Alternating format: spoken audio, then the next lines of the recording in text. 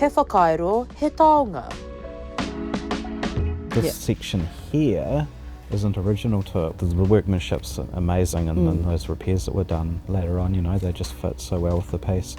Ko ara ke mai I te tirohanga kanohi. We know that a lot of taonga were taken from his papakainga in 1810 by a marauding group of British sailors. And sadly, they also ended Te Pahi's life and a number of whānau members too. So there were 8 of them sent by the missionary Thomas Kendall in 1823 in one of 3 consignments to London. And we know from his letters, he's trying to explain to ao Māori and Māori spirituality. They have been thought to have been lost to time. Kua tūwhiria e Deidre Brown tēnei kōrupe no te whare taonga o Waitaha. He kōrupe I takea mai no rangi haua nā tōna tipuna anō hoki a te Pahi.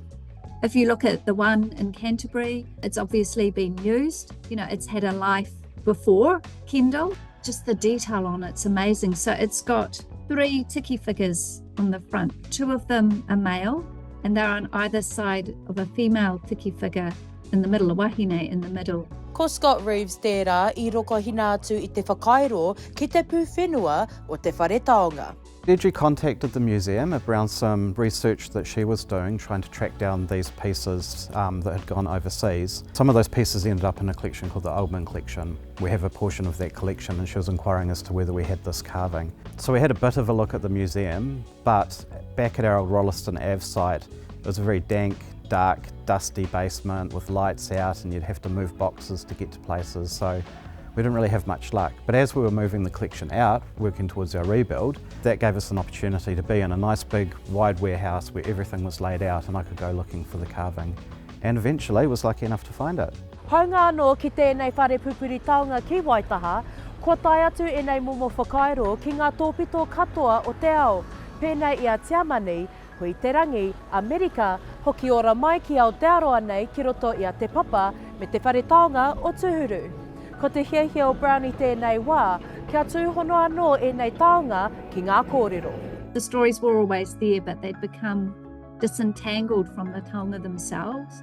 So what I do in my role is kind of put taonga and stories back together again. From here for this particular one and these particular carvings, it's really up to iwi at this point. So we'll bring it and stand it up. Ko te tūmanako, kauru mai tēnei kōrupe ki te taiwhanga Māori o te whare taonga hou o Waitaha.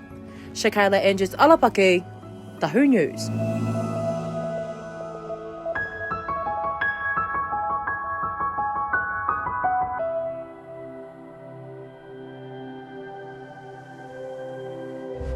Ko te reo